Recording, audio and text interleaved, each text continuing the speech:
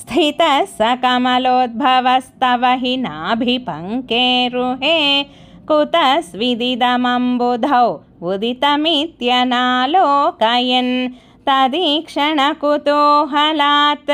प्रतिदिशं विवृत्ताननः चतुर्वदनतामगात् विकसदष्टदृष्ट्यम्बुजां महार्णवविघूर्णितं कमलमेव तत्केवलं विलोक्य तदुपाश्रयं तव तनुं तु नालोकयन् क एष कमलोदरे महति निस्सहायो ह्यहं कुतस्विदिदमम्बुजं समजनीति चिन्तामगात् अमुष्य हि सरोरुहः किमपि कारणं सम्भवे इति स्म कृतनिश्चयः स खलु नालरन्ध्राध्वना स्वयोगबलविद्यया समवरूढवान् प्रौढधीः त्वदीयमतिमोहनं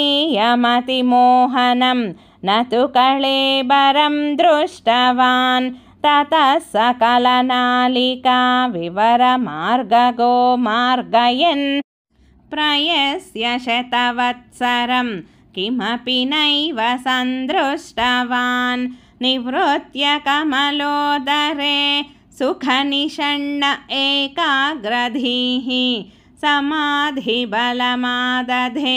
भवदनुग्रहैकाग्रही शतेन परिवत्सरैः दृढसमाधिबन्धोल्लसत्प्रबोधविशदीकृतः स खलु पद्मिनी सम्भवः अदृष्टचरमद्भुतं तव हि रूपमन्तर्दृशा व्यचष्ट परितुष्टधीर्भुजगभोगभागाश्रयं किरीटमुकुटोल्लसत्कटकहारकेयोरयुं मणिस्फुरितमेखलं सुपरिवीतपीताम्बरं कलायकुसुमप्रभं गलतलोल्लसत्कौस्तुभं वपुस्तदयि भावये कमलजन्मने दर्शितं श्रुतिप्रकरदर्शितप्रचुरवैभव श्रीपते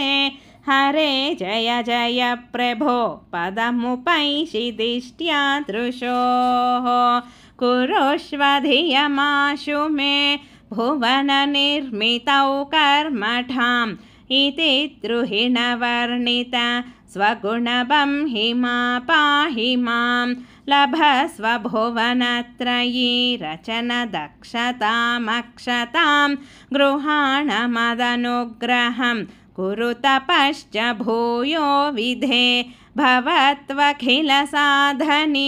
मयि च भक्तिरत्युत्कटेति उदीर्य गिरमादधाः उदितचेतसं वेधसं शतं कृततपास्ततः स खलु दिव्यसंवत्सरान्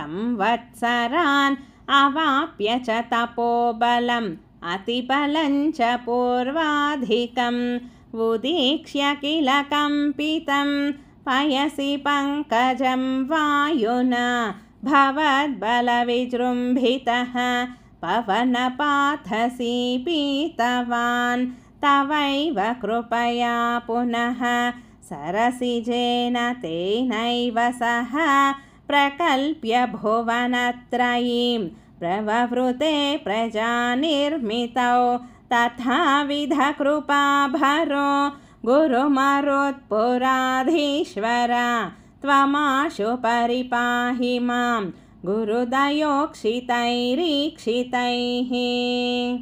श्रीकृष्णाय परब्रह्मणे नमः। नारायण अखिलगुरो भगवन्नमस्ते।